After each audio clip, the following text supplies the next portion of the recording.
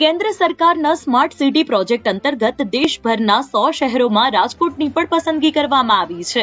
રાજકોટમાં રૈયાધાર ખાતે 930 એકરમાં smart city તૈયાર કરવાની કામગીરી મહાનગરપાલિકા દ્વારા હાથ ધરવામાં આવી છે, જે અંતર્ગત મોટાભાગની કામગીરી પૂર્ણતાના આરે છે. હાલ સ્માર્ટ સિટીના રેન્કિંગમાં રાજકોટ 56માંથી 29મા ક્રમ પર પહોંચ્યું છે.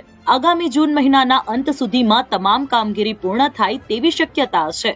અટલ સરોવરનું કામગીરી પૂર્ણ થયેલી છે. આઈટી રિલેટેડ કામગીરી જે પણ છે 31 મે સુધીમાં પૂર્ણ થનાર છે અને રોબસ્ટની કામગીરી પણ જૂન સુધીમાં પૂર્ણ થનાર છે. એટલે આપણું જૂન સુધીમાં તમામ કામગીરી 100% પૂર્ણ થઈ જશે. ઉલ્લેખનીય છે કે સ્માર્ટ સિટી અંતર્ગત 137 કરોડના ખર્ચે બનેલું અટલ સરોવર લોકોમાં ભારે આકર્ષણનું કેન્દ્ર બન્યું છે.